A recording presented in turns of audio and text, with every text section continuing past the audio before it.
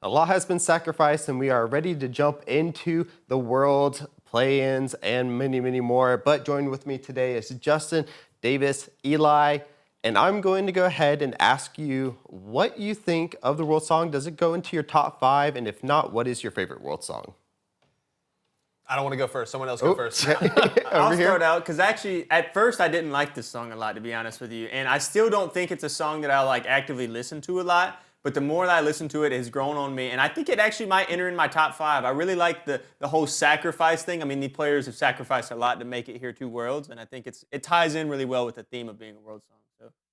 Yeah, I don't think it deserves the hate that it's gotten. I feel like a lot of people dislike it, and I'm with you. The first time I listened to it, I was like, "This is really the world song." Like, it wasn't really doing it for me, but it does have that slow build up. I like how it gets pretty huge at the end, which I think is necessary for the epicness of the event. As far as top 5, probably not.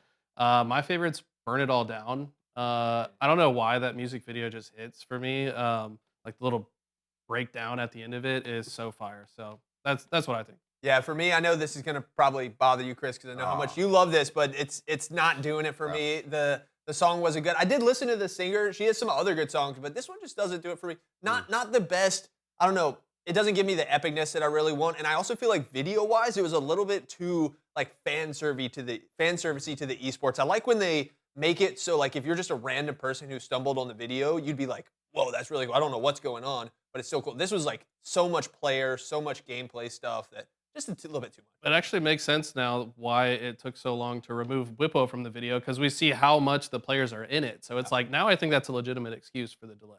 Yeah. I can't believe there was, even with Whippo removed, how is there not any more NA representation Right, yeah. in there? How is there not a single NA player that's in the video? We have one. It was an NRG player in the final flashback for it. We do see an NRG jersey in there. But that's it. It is one of those things that we kind of wish we would have had more.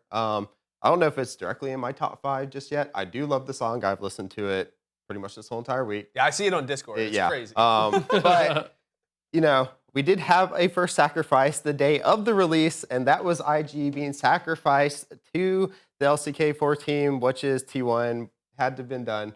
We're going to jump into that match. It started off pretty rough for T1, though. The first 2 games were a little bit shaky. They finally got to the end, though. But that series set up for a massive amount of viewership records and pretty much good gameplay. Yeah, this was an interesting one to go into. There was a lot of discussion about, there was rumors that IG was looking really good in scrims. Everybody was pretty confident that T1 was going to put up a good performance to start things off, so we didn't know how it was going to go. I heard a lot of co-streamers saying really that IG had no chance, and I do kind of think they looked pretty outclassed. They got it close there in the third game and stuff, but in the beginning, there was really no issue.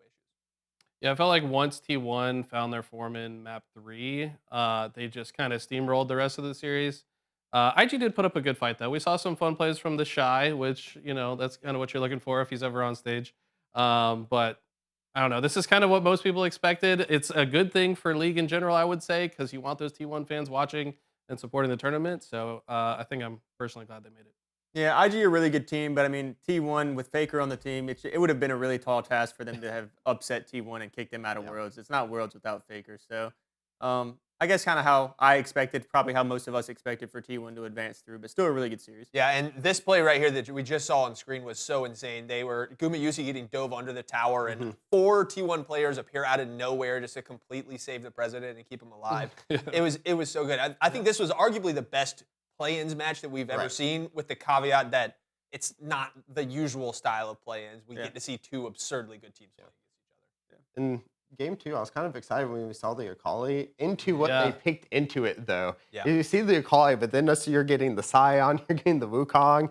What can she do at that point? I mean, he had some pretty decent plays, especially. Yeah, it was pretty good, but eventually it's got to the point of he has a lot of damage. It's just kind of fake pseudo damage because he can't kill anyone at that point. Yeah, 100%. They were a little bit too tanky for the Akali. And my thing was like the Orianna. As playing League, a couple of you guys know, I love Orianna. I think it's a great pick. And team fighting capabilities, the ults that that Orianna was pulling off in this game, it just really changed the whole game.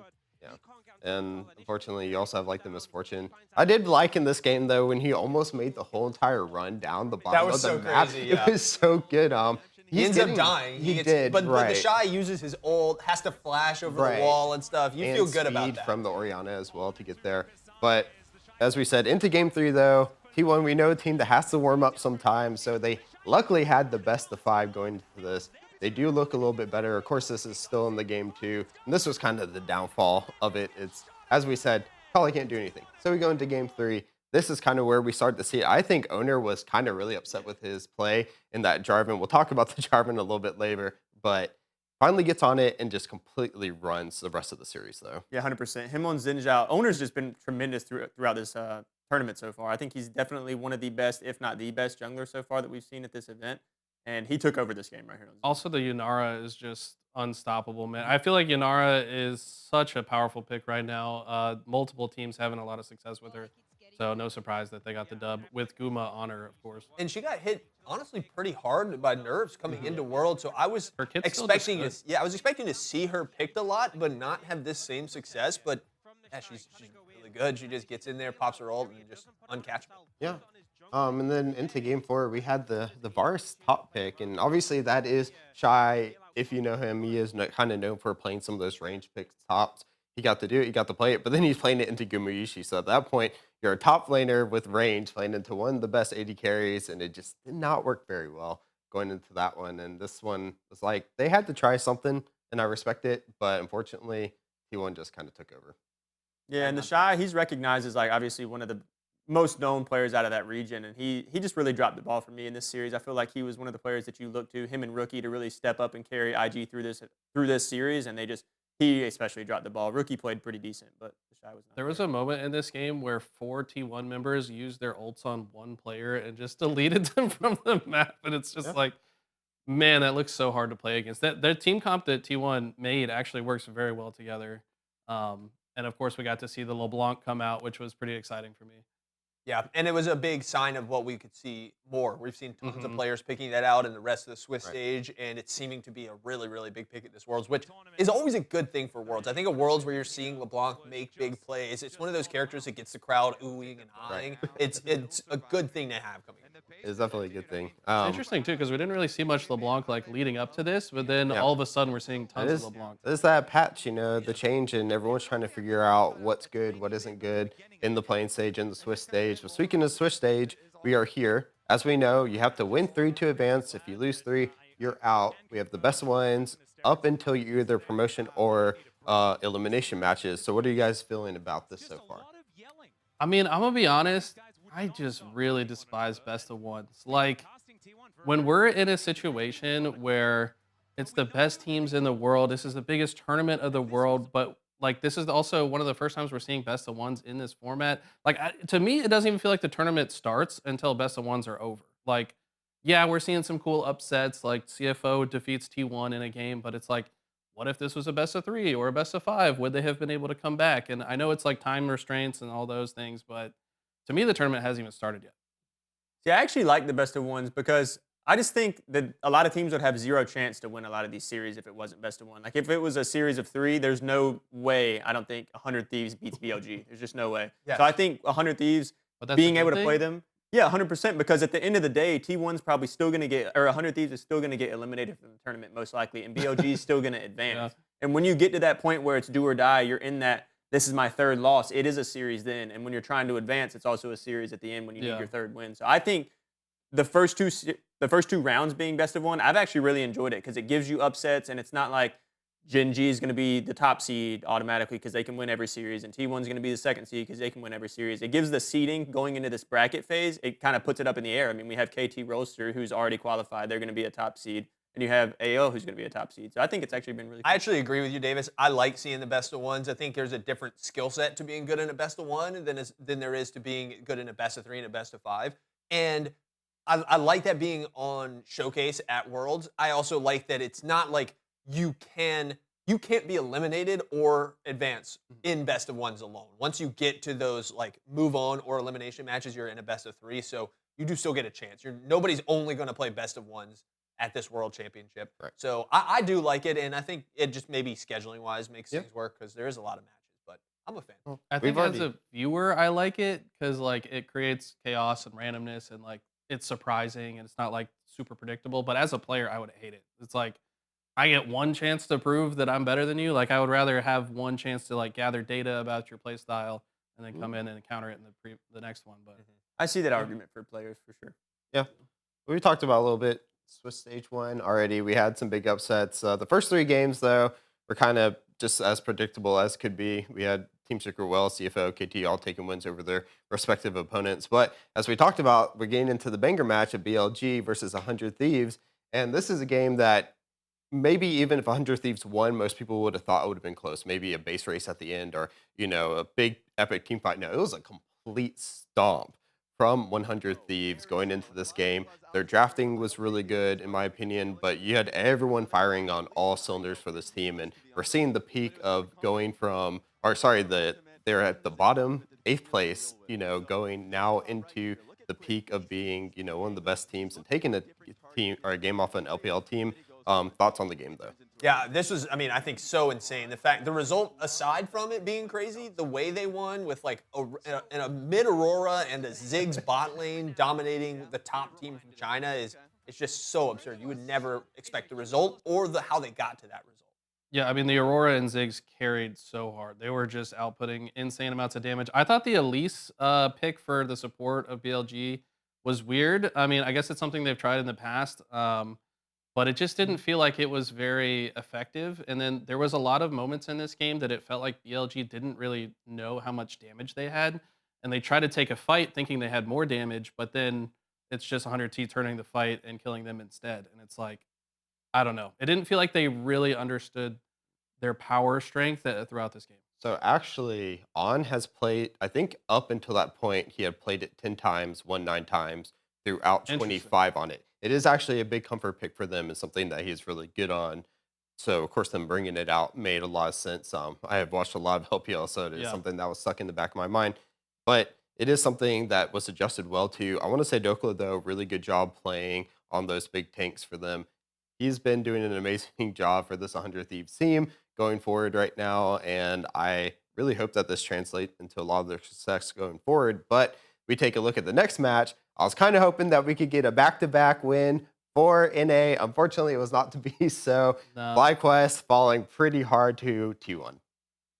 Yeah, this was kind of expected though, right? Like, Sadly, yes. Yeah. Expected when All you right, give up like- that Bard there. Let's have Right some there. you can't let Carrier play Bard. Like, and it's so confusing to me because it's one of Busio's better champions as well. So why not just first pick it and take it from Carrier? And they've made it very clear that you can't let Carrier play Bard. Yeah, and it doesn't surprise me, honestly, that FlyQuest left it up. It's such a FlyQuest thing to do. Like, you got Carrier in interviews saying that Inspired's really good, but if they give me Bard, I'm not going to let him play the game. Yeah. And then they choose to leave it up. There's definitely some ego on this team, but the plays were so good. The beginning one where that portal that Whippo took and just gets first blooded. Stuns him. Yeah, in the he comes portal. through it, and then both Faker and Owner are coming out of the Dragon Pit just to absolutely destroy him. It's really good. We've seen Whippo pull out this Mordekaiser in this match and in later. I don't know how you guys feel about it. Well, my thing, I actually enjoyed the Mordekaiser pick. I didn't think it was that bad, but my thing is like FlyQuest was so close to like opening this game up at that exact play, and then it's just like you see, like you said, that confidence of like, oh my gosh, I'm about to kill Guma. I have to chase this kill. I have to follow, and then T1's just always prepared for that. If you overstep, if you try to take an advantage that's not actually there, they're going to punish you. I think they know how much pressure like the T1 aura exudes, and like you want to get that step up over them, and then they're already in place. They know you're going to go for it, and they're in place. Yeah, they're already like, oh, this counter it. guy's definitely chasing this kill. Yeah, and this was arguably, Inspired's worst game I've seen all year from him. 0-7 on the Wukong. Once was again, just, on that Jarvan. I know. I noticed- Jarvan. Oh, sorry. It's the Jarvan, yes, yeah. yes. I also know that he Jarvan. just looks sleepy on stage. I wonder how like Jet lag. yeah, Could if be. they were jet lag, like, but they've known they're going to go to Worlds for a long time. Why And would they've you not been go here early? they've been here for long enough. He shouldn't be jet lagged. He They- looked like when they showed him on camera, that was the worst I've ever seen him just look as a human being. Like he didn't look like he was there when the game is starting, and it kind of showed in the game. Yeah, they had been at the BFX compound for a little bit. That's where they were doing their training at. Yeah, and then they went over to China right after. So maybe There'd just be a lot. Worlds is stressful. Worlds is Inspired stressful. has been here. His run has ended here quite a few times. So Right. there could be a lot of expectations. And it was his first game on stage. So Yeah. it'll be a little bit. It's the Jarvan curse too. I mean, Jarvan has been getting throttled like every Oh, game yeah. he's played in. All I we'll know talk is about it more. and- Exactly. I don't want to say anything. Both yet, of but those goodness NA games gracious. that we just saw had a Jarvan Jarvan. losing. Yeah. One winning. Or wait, though, no, one- winning. Wait, No, no, no. sorry. Jarvan's not BLG had the Jarvan in their Yes, loss to and 100 then- Thieves. That's what I'm right. thinking of. Jarvan's 0-9 so far in Worlds. Didn't put that on my pick'em spot. No, and if we're gonna Sadly, I guess I'm I didn't pretty know. sure I Lowest did. win rate one is not going to me. we're gonna talk about that losing hype train, we're gonna go straight over to the next game, which is AL versus HLE. Well, guess what? HLE was playing in that game. It was the Jarvan and lost once more. But this game was actually this was the big pretty ticket matchup, I think, for was a Swiss good one. Swiss round one. 41 minutes, but it was a banger for 41 minutes though. Yeah, this one went the distance. AL is just looking so good. I don't know, like even watching them again this morning, like they look so like ready for this tournament in general. So Super prepared, which is surprising too, because like we briefly touched on it in the last episode, but there was some drama with Shanks over some personal issues and stuff. And towards the end of LPL, he looked like a different player than he had done leading into it. I actually felt like maybe that was some of that drama affecting him, maybe him not being able to focus on the game, but he looked super clean in this one. In this match as well, I actually thought Hanwha looked pretty good. I mean, Viper was going crazy on this Kai'Sa. Talk about my pick'ems. Kai'Sa's the one that I picked to get the most kills. I thought this might be a chance in it. Just dashing around the map, fragging people back and forth, but it wasn't enough. A little bit too much. The tank Rek'Sai top, I think, is becoming a very, very powerful pick in the meta that I'm seeing. not when Flounder Ben is had really it. good on it as well. Flounder Yeah, that was was super good yeah. on it. We'll talk about it. But this is the game, and this one really good. I mean, this was probably one of the most hyped games we're going to watch, and then leads into a pretty disappointing G2 versus Top Esports. And of course, we talked about it a little bit from Davis earlier, Top Esports getting that top spot. But G2, I had a little bit more expectations for them coming into this one. I wanted it to be closer. The EU I didn't. EU just has literally negative aura going into this. I don't know what it is. Like, and yeah, this felt like a winnable match for G2 if they just played the same form they did domestically, like in the playoffs bracket. But I don't know, man. They felt very disconnected. Like, there's often players engaging early in the fight, and then there's people trying to catch up, and they're too late, and their timing was just not there. One thing too that I've seen in this game and that I see in other ones very commonly at World so far, these Chinese junglers, if you give them Trundle and there is a tank on the other team, doesn't matter if it's a Scion top, a Nautilus support, anything, they will run the game. They will be so tanky, they're going to affect everything around the map. And then in the team fights, they just steal all that and they become a true tank too. So that's a pick I don't want to mess with. Navi on this one, Tarzan on it for AL. It's a scary pick. I think I picked Trundle as my highest win rate for the tournament. I just think Trundle is so effective into so many comps. He's getting played a lot, which in terms of getting that pick'ems win might not be great for you, but I do think he's winning a lot. He's got to be up there. Sure. Oh, I last just have game. no faith in EU. I think Oh. I think the teams just aren't very good this year, sadly. They didn't get good practice. Well, And G2 good looked practice great. or Like not, you said, I G2 mean- looked domestically great in their form through the end of the year, but when you're playing, Yeah, you're playing against other teams. I mean, teams. good practice or not, 100 Thieves still took the win over BLG. So, and they were missing one of their players for about half the time. Their mid laner for 100 Thieves wasn't able to get over to China for a little while, stuck in Korea due to passport issues. But Yeah, speaking, this is a North American yeah. podcast. We don't make excuses for Right. European teams. there we go. Exactly. All right, but we know that Genji ended up taking the win over PSG Talon, as expected. Moving on though to round 2, we finally got some of the highs, some of the low games.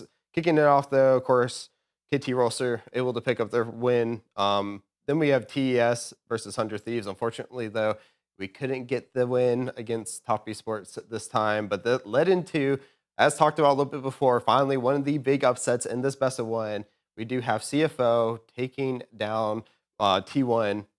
Really good match. For Yeah, them. this one was insane. You had the Doggo Draven pick, and then Yes. not just the pick itself, but then switching it into top lane to be able to lane against the Rek'Sai Right. is just the They strategy. gave them some of their own medicine at that point. Yeah, I know. I mean, like it's a difficult thing to think of, to then pull off, and then to execute completely good. I mean, he solo killed Right. the Rek'Sai top as Draven. So good. That's Like completely just it wasn't even like, you know, a bad play for coming out of Doran at that point. It was just a really good play out of Doggo. On top of that, Junja on the Kiana. He's My just God. been absolutely Insane. just he was a predator in the jungle, man. was. Like they had no idea where Vision was, and then freaking owner would just come out and get 100 to 20% and have to limp out of the fight. I'm gonna be honest. I was already a CFO fan before this series, but I'm like an even bigger CFO fan now. Especially Doggo on the Draven. He was straight styling on him. There's a play that Faker picks up like a triple kill on the Cassio top lane. Yeah. And Doggo instantly answers by tower diving mid lane and just getting a solo kill On and running Naguma, that was Yeah. on crazy. like. I don't know. This had that team, blood He there, is so much so- aura. Doggo and yeah. and they're so wholesome too. Like right before this series, they're like Hongkyu is like searching for Faker to like take a selfie with him because Yeah. he's like looked up to him. I mean, the kid's 18 years old, playing in his first year against the GOAT, who he's looked up to his entire life. I don't know, and then goes on to beat Beating him him, yeah. right after. Like I don't know, it's really easy to root for this team. Yeah, and another big pick for this team that we see in this game and we see in some of their later ones is this Scion. On both rest and driver, they look really good on it. In lane, really solid, sometimes getting solo kills, but then once they transition to fights around the objectives, like that was the big turning point in this match was the fight around the Baron pit where Scion comes, it's actually Grubs, I think. Scion comes up and splits them off, they kill Owner, and then Faker gets caught on the Casio. That was the big turning point, and it was all about the Scion. So this pick is, I would not be giving CFO this pick if I had an elimination match versus him coming up. Yeah, I was looking into this, and draft-wise, I was a little kind of iffy. It kind of felt like the draft 2 for what do they do? Like, how can they really get past some of these points? Because they had the Rek'Sai top lane for Doran, and it's a champ that I think he can be good on. We just haven't seen the best out of him yet. But you're having, I'm not sure if he went tanky. I can't quite remember if he went tanky or if he went more of the assassin Rek'Sai, but it just felt like he wasn't able to do anything. They was just didn't have the yeah. damage to kill like anyone on that team, especially once you get the early Bloodthirster Draven. You can't really kill him that quickly. It just felt like kind of, again, that they had an idea, but they, once again, just can't really execute it because of what's picked on the other team. But that also leads us into a second considerable, maybe of a upset, but you have AL taking down Gen G. I call it an upset. You have to call it an Yeah. upset. Genji, But I mean, like if you saw our GG in pick'ems, I think Right. 99% of our office picked Genji to win this whole tournament. So any loss they take has got to be an upset. The reason I say that is I was actually looking back, though, and if I remember correctly, in the MSI matches that they had against Shinji, though, AL was able to take the first game, which kind of led me to believe that going into this one, that best of one Yeah. kind of was in favor of AL. I looked back at the T1 versus CFO matchup at MSI, and CFO took game 1 in that as Right. well. And that's why best of ones is like, we know what happens when these matches go the distance. Typically, the better team comes out on top. But this time, yeah, they just strike first. And Save then that I for the think- bracket.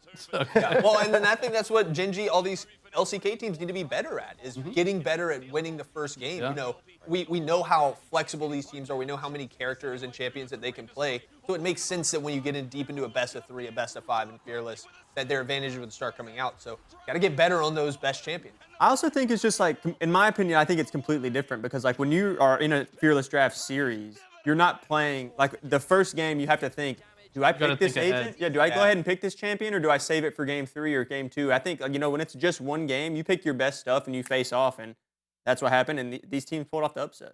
Yeah, and look good doing it. On to lowers, though, we actually had a mini rematches in this one. So we had both LEC and LTA grand finals rematches. We Yeah. had first FlyQuest versus VKS, which obviously inspired, just let out all his frustrations from the round number 1 onto VKS once again. He switched the Jarvan Yeah, he for a did. Wukong, He was like- and the whole, it was like, this is so easy. Yeah, there you go.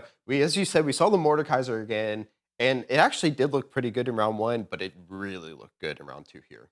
Yeah, well, I mean, they're playing against a Yeah, team VKS. that they have no concern about losing to, so it makes sense to me that it looks better. I think it's just valuable because like you can completely take somebody out of the fight. Like whatever that fight is, if you are fighting around an objective, you can take the jungler out, so now they can't contest smite wise. If you're not fighting for an objective, you just take their carry out. Now you're in a 1v1 with the tankiest person on your team versus their squishiest that's a carry. I think it actually has tremendous value, and I don't know if I see other teams like LPL teams or LCK teams that are going to eventually pick this, but I think for FlyQuest trying to figure out their way that they can maximize their performance, I think it could be really good for them. I do think when you look at previous worlds too, the way NA teams succeed is by finding something random, Like that. something crazy that people aren't as used to. I think they've definitely seen Mordekaiser. They've played against it a bunch. It was picked in some of these regions, but not the same way. And Bwipo's well known for his crazy stuff. I'd Yeah. rather see Mordekaiser than like a Rengar or something. or an Taking Urgot. Full Yes. advantage. Actually, of yes, that. much rather see Mordekaiser. Yeah. But I'm a non-believer in the Bwipo Urgot. I know he's probably got some dubs on it and can beat worse teams, but like if you go against China and Korea, you're probably not finding a dub on Urgot. Yeah, and I think you need some frontline. Yeah. that's true. We'll have to see. Other big I mean, one, the though. EU finals, right? G2 picking up the win versus Simcoe. Finally getting their one win. And of course, it has to be an interregional win for them as well. At least NA at this point Doesn't had even 2. count. Yeah. Doesn't But even you're right. count. It's pretty much the same thing. Koi kind of looked a little bit good at the beginning of this series and then just completely fell off as they did in the grand finals versus G2 and the LEC. So not really much there. I The will Caps say, on LeBlanc. yeah, well, yeah, Caps on LeBlanc was hype for sure. But I will say, like, this is the issue that a lot of people have with the format is the fact that these type of matches are even possible at this stage of the tournament. Like, you go back to prior worlds, like you're not seeing these region versus region or like same region matchups as frequently. And like we said, we're seeing literally a replay of the playoff finals of both of these regions. So it's going to probably go exactly as expected most of the time. I Yeah, don't know. and this is kind of how I expected it to go. Yeah. G2 just layers above it. I'm pretty disappointed with Merwin's performance on the Jax in this game. It's not really his best champion, so I wasn't expecting much. But if you're gonna beat G2, you need a big performance out of him in the top lane, and the Jax just true. wasn't it. He got caught a ton of times, a couple bad times where he jumps into the Baron pit and just gets completely corralled in there. They're a little bit sus. So I would much rather have seen this top lane pick switched, and we could have maybe got Merwin Cassante, but it didn't work out that way. Sure. But BLG and HLE also picking up their first wins in their matches as well, which then leads us into round number 3. We got some pretty big draws for that. But let's first just talk about the actual games that happened this morning because we finally had Best of threes. Best of 3. Eli's happy Best now. of 3s Yes. finally. The And tournament has started. Thank two God. teams have advanced as well. We started off with KT Rolster versus TS. Actually, so the third seed coming out of LPL, and then the team that was able to make their way into the grand finals, or not the grand finals, sorry, but through that playoff bracket for KT moving on there, picked a big win versus T1 in the LCK, picking up a big win here. But it was actually started off a little bit, as you would say, close in the beginning of the match for TS versus KT. TS had a little bit of lead, then just weren't able to do KT just, anything. just started dominant. It just felt like top were just helpless in so many fights. Like, I don't know, KT was just a huge step above them, and that made it very cool. I think this team is coming into a really good form because, like, if you watch them in the LCK, the way that they got to Worlds was like a BDD dominant, just carry performance through the mid lane and stuff. But in this game, it really wasn't even him doing that much. The game 1 on the Aurora, it was mostly perfect, putting in big work on the Rumble up top, and then their bot lane doing really good. So I feel like this is his teammates were paying him back for carrying us through the regular season, getting us here. Now everybody's playing good. He's not even playing bad. He's just not going as insane as he doesn't was. have to be that lone star. Exactly, because they've got so much good stuff going for them, and it's not a team that I expected. Shout out to Tanner, one of our technical producers here, who picked KT to make it out in the 3-0 slot. He got that right, so he's got an early lead on everybody else, but nobody else expected that.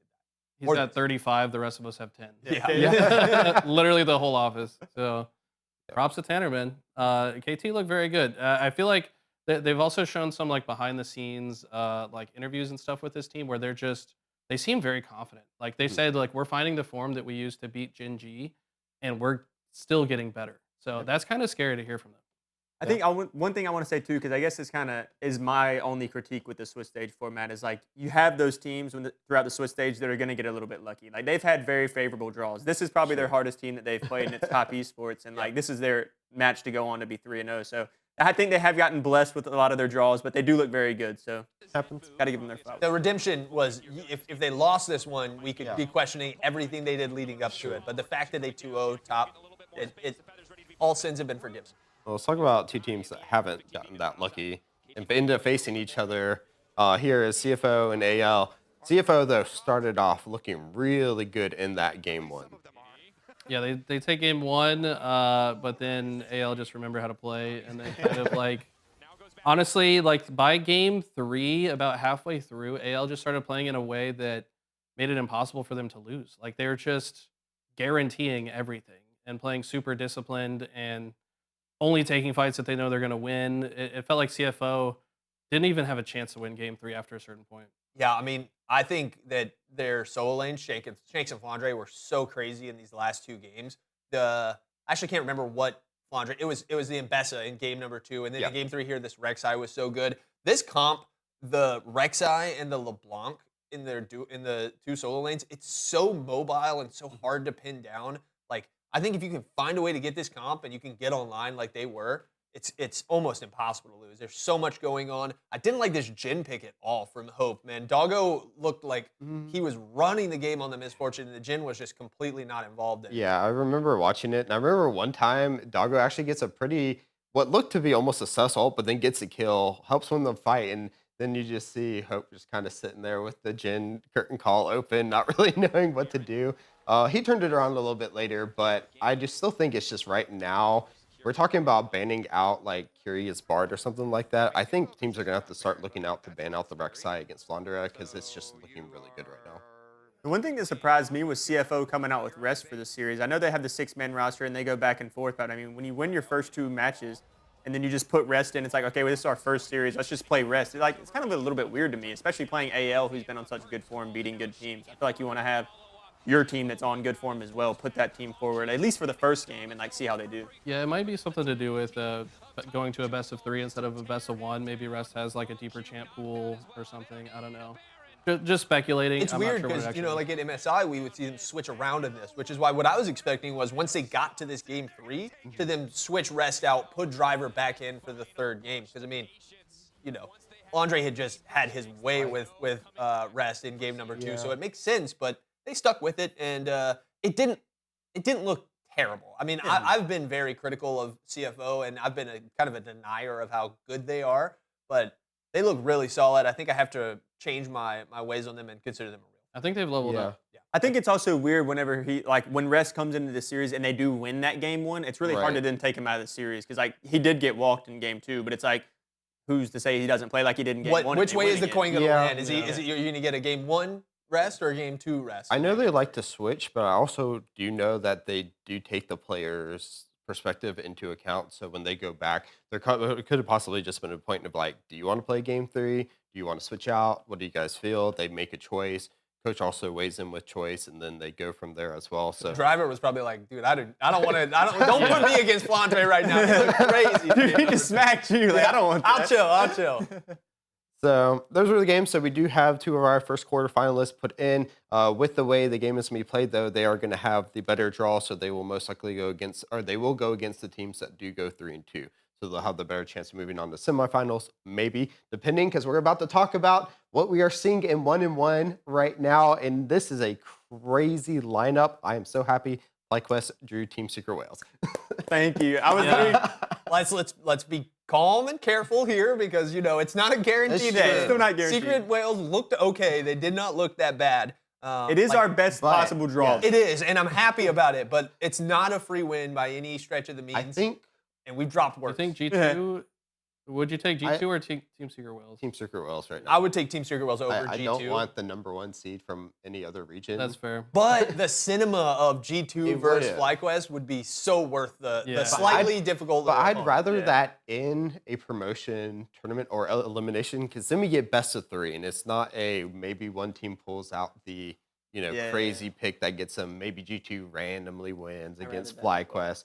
I'd much rather just see the best of 3 between them now. This is so silly to have Genji and T1 play a best of 1. Like, what are we doing? It's like, then don't lose, guys. But I'm happy because this could be the part of where T1 actually may be able to win. I do feel like you would rather play them in a best of 1 than a 3. But then if we're talking about scenarios of FlyQuest maybe losing, then T1 beats Genji, then there's a possibility of pulling one of those teams. Well, yeah, that's where it gets scary. That's where it is scary. Is when you look past. Well, before we talk about it, we'll hit on the quickly. 100 Thieves, they get Hanwha Life. I think this is a difficult opponent to draw, but not the most difficult. Like when you look at the 4 teams in here, you could have drawn a Genji, you could have drawn a T1, you could have drawn a BLG. I think I would actually go for Hanwha, so it's winnable. I was kind of hoping 100 Thieves maybe pulled the G2 of that one. I felt like that would have been a fire series. Yeah. But then we have bottom before we kind of get into more scenarios that we can look at. That's what I was going to say is the real scary part. If you're one of these bottom teams, BKS, PSG Talon, even if you win, one of you is going to have to play either Genji or T1. Like, sorry, someone's losing. But that's what I was going to say earlier. One thing that I think I've liked about this Swiss stage series so far is like these are like the 4 worst teams in my book, in my opinion, that are in the 0-2. VKS, PSG, MKOI, Fnatic. So regardless of the matches, we've got the bottom 4 teams that are on the face of elimination. You wouldn't say that on the top side, though. No. Yeah, no, exactly. The top side, I think, is where it Close. hurts. Half. It's not far I'll off. go I'd half put on AL. top Who? side. What? Yeah. What teams in those top 4 would you agree belong there? I think AL. For me, AL and CFO. Yeah, See, I wouldn't have put CFO up there, so I'm only going 1. But. Well, I would if say we were CFO, taking and out then of the probably 4, T1. and I had to choose 2, I would choose those 2 over Well, TS see, and I KT. feel like if we look back on everybody's pick'ems, we wouldn't see That's CFO very in the true. top. Like, Got if you them didn't put 3-1, CFO to boy. make it out 3-0, Oh. then you can't say they belong. Well, I to guess that. that's true. So only Tanner, actually. I hadn't thought this through, but Well, I guess I've then, logically true, solved yeah. my own well, I argument. guess none of them for me then. Yes. Yeah, but none of- Fair. yeah. But I considered AL for that. I'd never considered CFO for that spot. Okay, that's fair then. Yeah, I'll agree with that one. We do have to just acknowledge the fact that Tanner saved EU us on the broadcast. EU has just been getting blasted, and it's In a it's rough like, world. It's getting worse and worse. Like, you just continually have matchup. Like, now we're guaranteed for one of them to go home after the matches tomorrow, and then, like you said, even whoever wins is 50-50 that you get a You're top gonna- SGA team. like, when I look at Oof. these bottom 4 teams, I think that any one of the 1-1 teams that lose will win their next match. Yeah, I think Just about. 100%.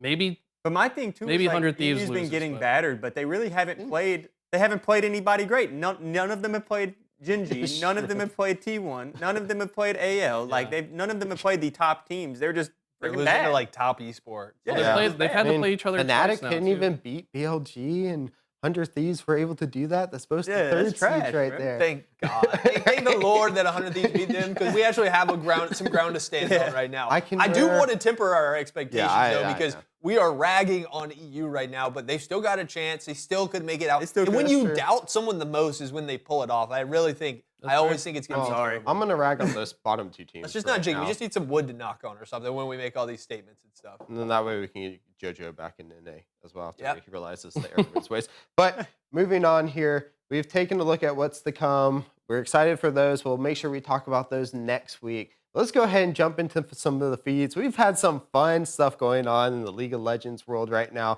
We're going to let Justin kick it off, though. Yeah, so my feed is actually this tweet from Coach Seal, who is the coach for Vivo Keat Stars. Basically, he's saying that whatever happens this year at Worlds, and he's made this tweet already before their match that we just talked about, he's saying he feels extremely lacking as a coach. If there's any team in Korea or China who is willing to take him on as an intern and just kind of let him see and learn from their processes, that he's interested, and he'd be happy to pay to learn. Some people might be looking at this and be like, that's great that he's willing to admit his faults and stuff and come up with these things and put himself vulnerable. I don't really like this, man. I mean, your team's competing right now. You're basically saying, like, we don't even get that. Like, I just want to do it. I don't think any teams are going to take him up on this offer, and I don't even think you should be throwing it out there. Like, this is a kind of question you should pose to people at the after party of Worlds, not on Twitter during the Swiss stage.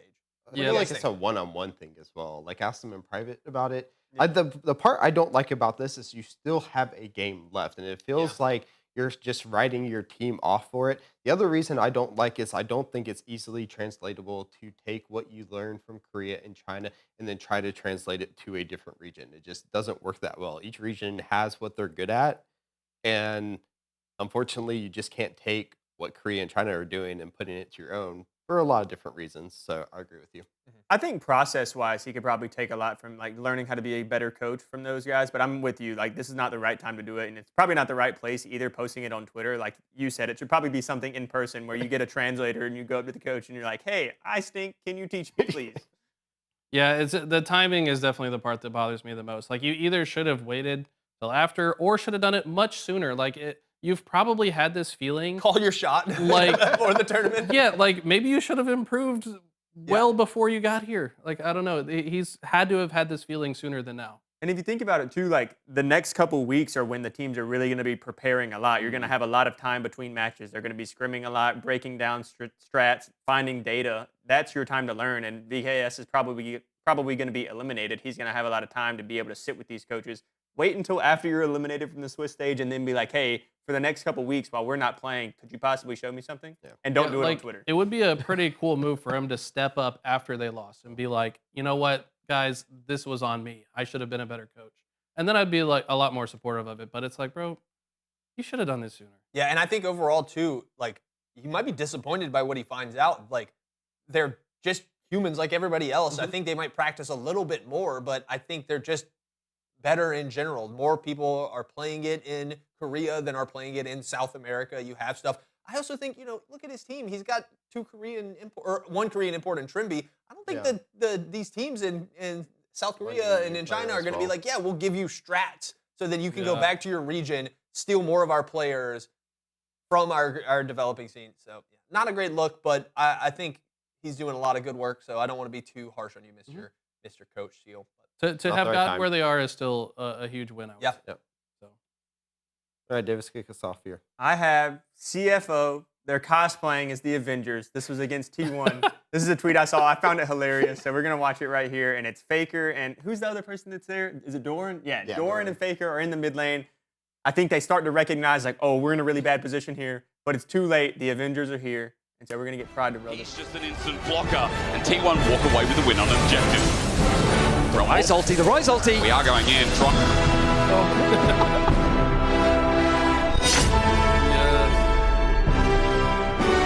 That's so hype. Great. I like it. I love that was a edits big like play too. Yeah, it was a big play. Honky was making some insane rise plays like that, just bringing everybody. That was the wild one. All 4 of them are there, man. We're in your face. We've seen a lot of cool Rise plays so far. We saw FlyQuest try to do it against T1. It didn't quite pan out because the Bard, like they tried to start a Nico ult and then teleport the Nico ult into all of them, but then Carry is there and just fucking temper fates him. So Rise is a character I like playing, and I can do the combos and stuff for all of his normal abilities, but I really struggle to accurately get my ults off and get my obviously, there's a lot more communication going on in CFO than there is in my solo queue with my teammates. Oh, for sure. But that's the one part. It's the difference between a good Rise and a great Rise. Do you remember if it was off a CFO's account or the LCP? Because both of them LPL. actually. That was actually on LPL. LPL. Which is like, what the heck are you doing, LPL? Oh yeah, LPL. Stay in your lane. You know what they're doing. They like to make a lot of funny content on theirs. It's sometimes good, sometimes. Everybody's got to mooch off the Faker. But yeah. Doesn't matter if you're LPL, LTA. Hey, actually, that was your GGN. Quick little diversion. I thought about pulling up the LTA North, like put some Faker tweet where they were like, "Oh, his 300th game at Worlds. It's an honor for it to be against us." It's like, bro, chill. Yeah, no, everybody. We know Faker's cool. Everybody liked this tweet. Yeah. Everyone just riding the coattails of Faker through this whole thing, man. We do it too. I can't, exactly. say too much. He's gonna be in the thumbnail. So. He carries the scene. Maybe. He's He the might goat. be. We'll see though. Whether or not he makes it on the thumbnail now. Keep talking about it. Put him on there. So we're gonna. I believe it's either Eli or myself are next. We'll have to take a look here as it jumps up. Is it me? It is me. Okay. Well, guess what? The Balls of Doom have returned. Hey, yo. The Balls of Fury are back. Why are they back? Revenge. Last year, same thing. We're gonna take a look at this year's first. We're gonna take a look how the balls ended up on the main screen once again. Eli's favorite part. For like the really fraudulent run where we get really lucky draws and NA just beats EU to somehow make it into top 8. Come on, JJ!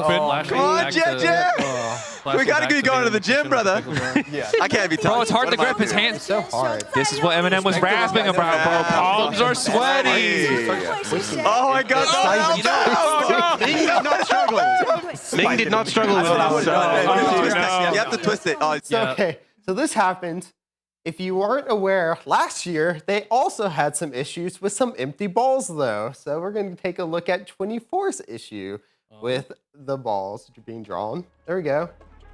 The one job this our TA has here. They should open it She's out. so upset. issue. I would be as well.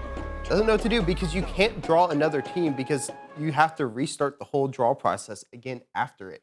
So Yeah, one she year looked they're leaving them out. she The did. second year they're gluing them together almost. They have to get a ref to come over and help.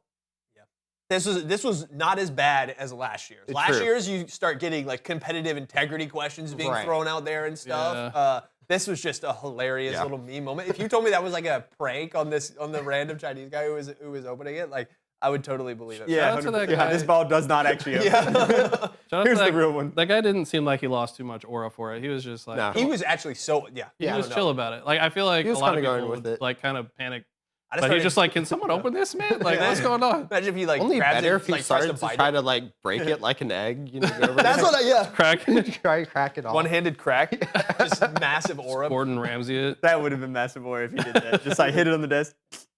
Well, speaking of Gordon Ramsay, I think we were cooking up a little bit something. Yeah, we got to cook for mine. So this This just came across my feed, and I've been trying to teach my girlfriend League, and it's like, you guys know if you've ever tried to teach somebody League, it's the most difficult thing to try to explain to somebody. This was the best explanation of draft that I've ever seen. So let's just roll the clip. I want to see what you guys The think. easiest way to think about drafting, if you have no idea how it goes, is just think about it like a cooking competition, all right? Let's say, for example, instead of choosing 5 different champions for like a good comp, you're trying to make like a sandwich. You're trying to cook up some kind of recipe that the judges will like. But the weird part is you can only choose one ingredient at a time. Let's say that the rice pick is like bread. Bread's like a really good start because it's going to be pretty much applicable in a lot of different recipes. Like you can go from bread to like meat, you know, to like vegetables, into like sauces, right? You can like kind of go down the list, and bread will always be kind of like that base where you develop your team comp around.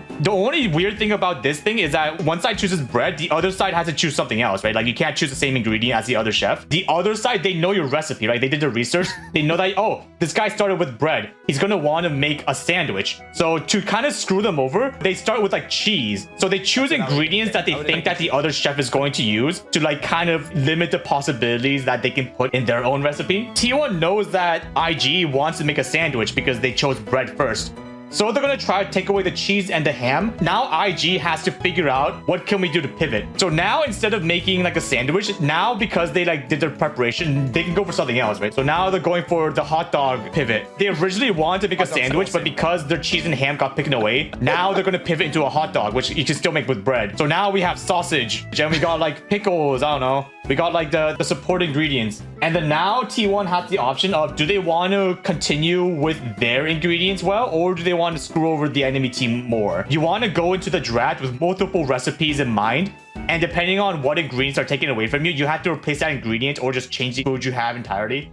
So this came from Polypuff. He makes a lot of cool content. Follow him on X. He's hilarious. He posts a lot of similar things. This was actually just part of a 30-minute video, by the way. Yeah. Where he's literally just yapping about League, and it's hilarious. I think it's a perfect metaphor. I agree. That was actually really insightful.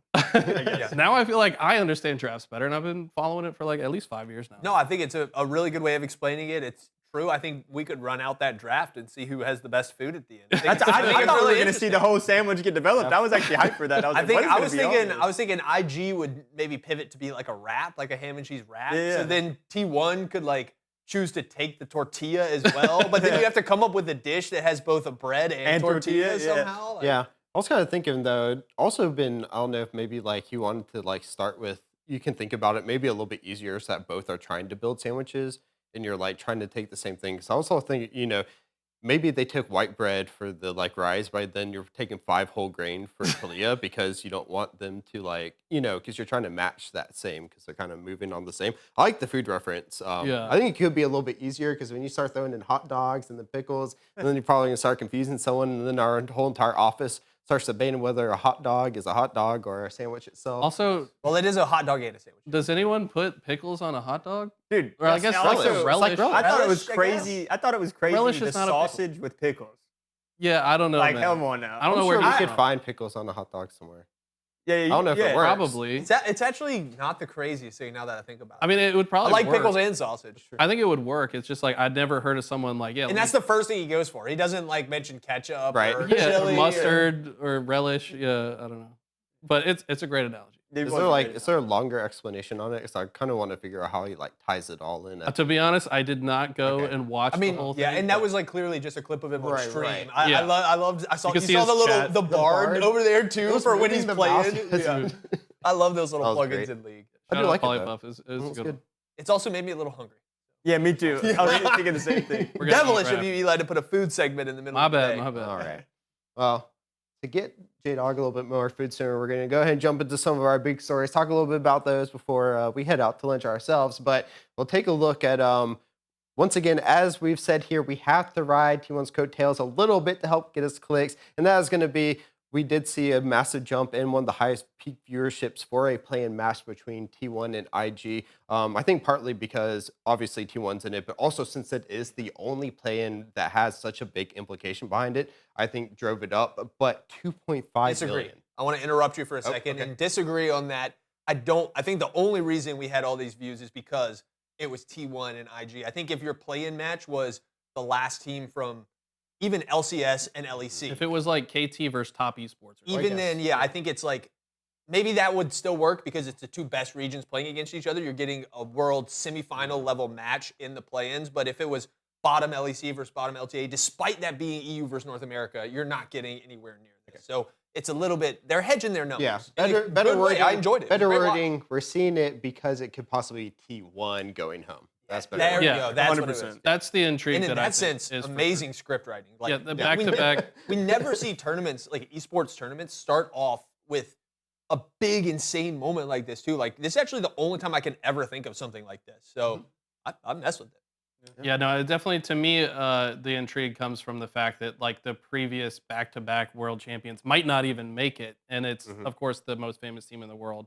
Everyone's like, could Faker potentially do it 3 times in a row? Which, man, if they do that, like, he will be the GOAT of esports like forever. Not just now, but forever. If they can somehow win another one, would be insane. Well, and there's such an interesting discussion around this, too, because we've always talked about the SKT dynasty.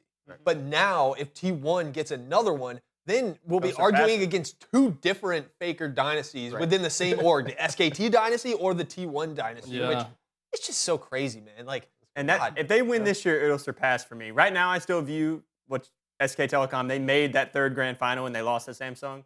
But if they can win the 3rd in a row now with T1, they'll surpass it for me. I mean, they are this year, if they make it, they'll be 4 years in a row at least making it to grand finals. They lost to BLG, then ended up winning 2 in a row. right after that. And so here we are. If they make it, that's 4 in a row, which is already going to break record. And then if they win a 3rd one, they surpass their own record of winning back to back. The competition is better now. That's what I'm saying. Like, That's you know, true. if this is an NBA Oh, reference, I don't know. SKT was playing against plumbers, man. I do think the competition is better, Definitely much not. better They're now. playing against Tabe. But on top of that, we Tom is are a great coach, not Yeah. a great player. yeah. He was a great player. He was But solid. Into now, we are was also Ian in a new era of League, which means they would have been like, because, you know, we've had the old eras of League. We had like kind of modern, but now we're in the fearless era. So if they win now, they're winning in the 3rd era. Almost. Also winning in a switch between those. It's not like all of them were in Fearless. They won their 2, and then it switched to Fearless, and then they could even win again, which is wild. What do we think their actual odds are of making this run from play-ins to winning Worlds? I think At this exact point in time, yeah. What would you? You're a gambling man, Eli. So actually, when I say what are the odds, I don't even know actually what that means, but you're gonna give me. I mean, I would probably say between like 5 and 12% or something. That's like plus 300. I was thinking 50. Yeah, I was thinking 50%.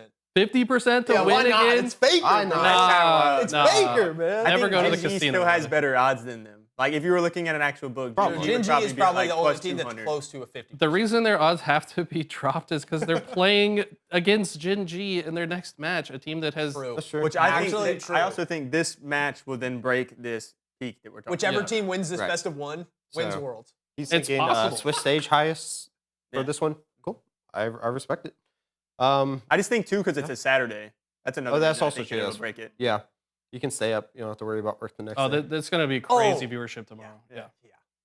It's going to be insane. That was nice. I'm actually gonna be watching. I'll I've been actually missing be the. able to watch it now. Yeah. I've been skipping the first half because I can't make the. You got to timing pick, work. bro. Yeah, do I I know. watch the first half or do I pick? Or also, do I watch the first half and do I not show up to work today? Yeah, Like, exactly. true. We're kind of forced into a Yes. decision. For reference, here on the East Coast of America, the matches are starting at 1 in the morning and ending at 8 in the morning. So it's like you either stay up late and watch the first couple and then go to sleep, or you go to sleep early and watch the last couple. That's true. But we'll pivot off of Tier 1 and Worlds a little bit. Tier 2 has had quite a few issues across multiple different regions. We talked a little bit about NA and some of the issues that they had last time. Right now, we're seeing Genomates actually leave the LFL, which is the French Tier 2 league.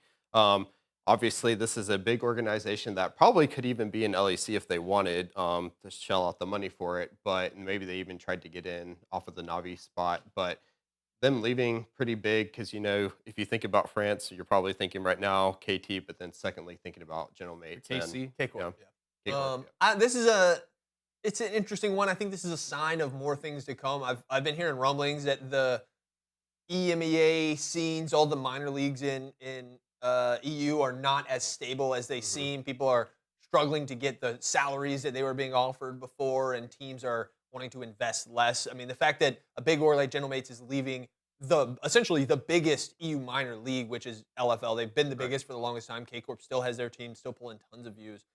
It's not a great sign. And yeah, I do agree that they are an LEC caliber team. So sad to see them leaving league. I hope they potentially find another spot. Yeah, it's just I don't know. I've been around long enough to see these orgs leave and come back and leave and like I don't know. It's just another day in esports. If you ask me, it's very hard to make enough money to pay players what they need to be paid to just focus on the game full time. And then you got the travel expenses on top of that, and then it gets very expensive very fast. So if Gentlemates are not, and plus they're in Counter Strike, they're in Call of Duty, like they're in a lot of different games, and they might have just looked at the budget sheet and said, we got to cut one of these. My big prediction is that we end up seeing maybe the year after this one, we see a big change to the EMEA format, and all of these individual leagues are going to be combined into one that competes in one place, basically like a second LEC academy, essentially. They had the people before to run 17 different leagues that all turned into one eventually, but now I think they're going to need to pull the trigger on it. Yep. Well, guess what? We're pivoting back to Worlds here. Because Right guess back. what? We talked about this before. The J4 not doing too well. Guess what? Kaisa at MSI 0-10. We are only a couple days in the world. We are already 0-9 for the Jarvan. Will we see it more? Yes or no? Davis, you start. I think we'll see it more, but the reason I say that is because it's already been played 9 times. Like, it's like clearly a champion that these people think should be good. They just can't win on it. Who knows, though? Maybe they found out so far, okay, it's 0-9. Maybe we just should not play this anymore. It's cursed. The champion's still good. It's just cursed, this world. It's just a statistical anomaly. It's also a very low sample size. If you within this one tournament, he has won 0 for 9. But you look back at playoffs across all regions, this is one of the best picks, and that's why they keep picking it, because it has had success, and I think it's only a matter of time before Jarvan starts winning again. How many wins or how many losses does Jarvan need to I think Jarvan wins. accumulate? I think Jarvan wins the very next game. The Tootsie Pop, Al, how many licks does it take to get to the center? How many losses does it take? Kaisa had 0% Calista, at right? MSI. Calista. Yes. Yeah, It was Calista, Calista. sorry. Calista, Yeah. you're right. She 0. Even Jinji ended up playing her versus T1, lost. Yeah. And this could be a point where maybe teams are just pull it back a little bit and say, I'm not touching it. I think Jarvan's a good champ. Does need to still be picked and stuff. It's just like you said, it's an anomaly. It's also one of those characters, almost a little feast or famine of like, when you go in, you have to go in. You flag and drag, and then there's no other way out. So it's difficult, and you end up being in tough spots. They'll figure it out. He's also a champion where, like, if you get behind, he becomes super useless. Like, you almost need to be ahead throughout the whole game, and then I guess just in these games, Especially in it's this on current state. I think some old Jarvans, you'd maybe go full tank, and if you just play to just set up and stuff, but you're starting Sundered Sky. Is that what that thing's called?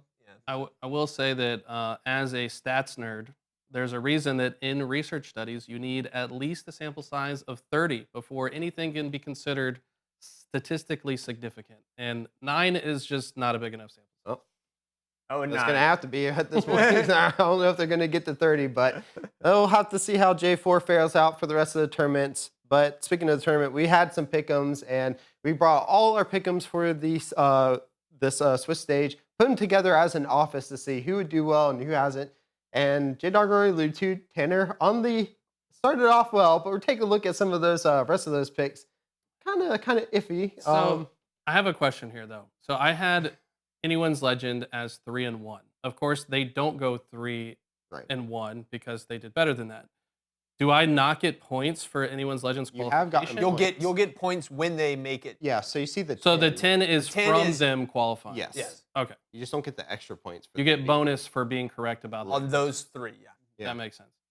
So yeah, I guess a lot of it. I mean, if you look down the line, all but one of us had Jinji as a lock for the 3-0 slot, which Tanner's just smarter than us, I guess. Tanner's just better. Yeah. He just Until said he has possibly 2 teams that could get eliminated. Until he has literally Vivo keyed on stars Sunday. That's true. He does have Vivo, Fnatic, and Imkoi, which, yeah, he's got to get. I told him this morning, you're cooked on those, bro. Yeah, he might be cooked on the rest. Yeah. I told Mcoy maybe. He's cooked on the rest. He's got to celebrate while he's still. The thing is, his bonus that he gained from binking the 3-0 for AL, Yeah, it could maybe be getting the enough. other 2, Yeah. it could. And the could be worth FlyQuest it. could, or never mind, he doesn't have FlyQuest. Never mind. There's Hanwha could focus finish going 3-2. forward. Yeah. Yes. Hanwha could yep. So the rest of these teams technically could finish if they don't have to strike out. If then it means T1 you beats have the Gen G, chance. I told him today, if T1 beats Gen G and then Hanwha wins as well, I think that's his best bet because there's the possibility that Hanwha and T1 then play each other. T1 wins, goes 3-1. Hanwha gets knocked down to the 2-2. Big brain stuff right there. Yeah. Yeah, So Could get real lucky. He could beat all 3 of the like actual picks, and then the teams to advance are just going to be like chopped. Yeah. So overall, it's not like we're at a weird point in the Swiss stage where we've only got like half the games done, so we don't know actually who's doing the best aside from Tanner with that one. He's got one. In hindsight, looking at that though, we were a little vanilla with all of our picks. I think most of us we picked what we thought objectively was the best. Nobody really picked with their heart and stuff. Next Worlds, I think we got to send it more. It never turns out the way we expect. So I immediately regret. My heart goes out to FlyQuest. Hopefully, going with 3-2 right now. That's who mine is but too. that's where my heart is. The rest of them, You know, I had AL going 3-1 through. is BLG. I can't really remember.